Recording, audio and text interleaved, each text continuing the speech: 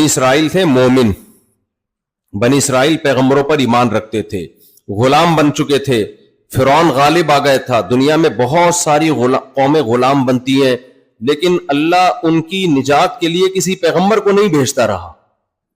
بنی اسرائیل چونکہ ایمان والے تھے، اللہ کو، اللہ کے پیغمبروں کو مانتے تھے، جب وہ غلام بنے ہیں، ان پہ فرعونیوں نے ظلم کیا ہے، تو اللہ نے ان کو نجات دلانے کے لیے، دنیا کا امام بنانے کے لیے کس کو بھیجا؟ موسیٰ کلیم اللہ کو۔ سوال پیدا ہوتا ہے، اور قوموں کے لیے تو نہیں آئے پیغمبر، بنی اسرائیل کے لیے کیوں آئے ہیں پیغمبر؟ کیونکہ بنی اسرائیلی اللہ کے لاڈلے تھے۔ لاڈلے تو سمجھتے ہیں نا؟ لاڈلے کیوں لاڈلے تھے؟ یہ وہ قوم تھی جو اللہ پہ، اللہ کی کتابوں پہ، اللہ کے پیغمبروں پر ایمان رکھتی تھی۔ 100,000 فرعونی پیدا ہو جائیں، دولت اور منصب والے، کیا ایک موسیٰ علیہ السلام کی خاک کے برابر ہو سکتے ہیں؟ فرعون نے ہمیشہ موسیٰ علیہ السلام کو طعنہ دیا، ام انا خیر من ھذا الذی ھو مہین، لوگوں میں زیادہ بہتر ہوں یا یہ وہ شخص جس کے پاس نہ دولت ہے اور یہ غلام قوم میں پیدا ہوئے؟ ھذہ الانہار تجری من تحتی، یہ میرے باغ ہیں جن کے نیچے نہریں بہتی ہیں۔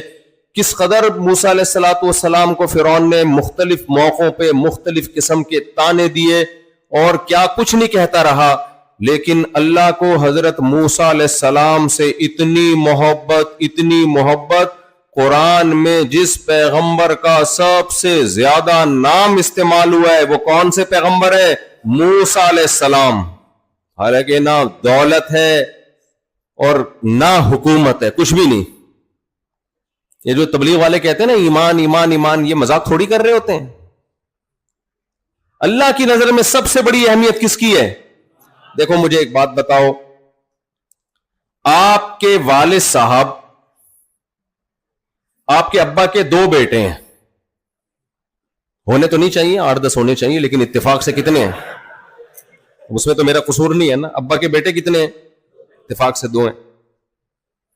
ایک بیٹا کیا کرتا ہے؟ اچھا ابا بڑے ارب پتی ہیں، بہت دولت دی، بس ادھر ہی ابا نے کنجوسی کی، باقی ویسے ابا کے پاس دولت بہت زیادہ ہے، بہت پیسہ ہے ابا کے پاس، دولت بہت ہے، اور آپ کو پتا ہے ابا کی ڈیتھ ہوگی تو ارب پتی بن جاؤں گا، کروڑوں روپے آ جائیں گے میرے پاس وراثت میں۔ ابا کے پاس پیسہ بے تحاشا ہے، اور نہیں بھی مرے تو بھی ابا کے پاس پیسہ، جب باپ مالدار ہوتا ہے تو بیٹا بھی مالدار سمجھا جاتا ہے۔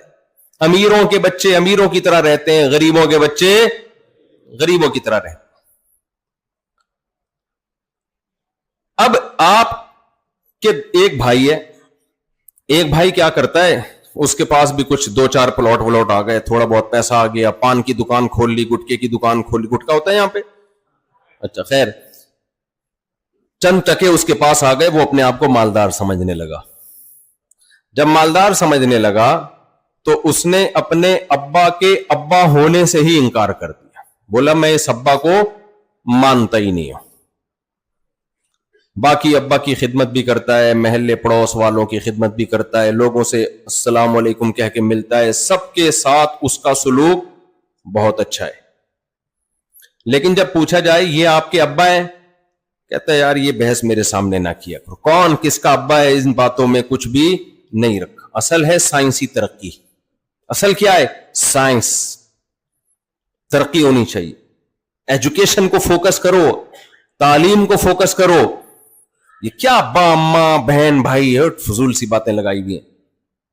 انگریز کہاں سے کہاں پہنچ گیا، یہ ابھی تک ابا، انگریزوں میں ابا ہوتے ہیں، بہت سو میں ہوتے ہیں، بہت سو میں نہیں بھی ہوتے،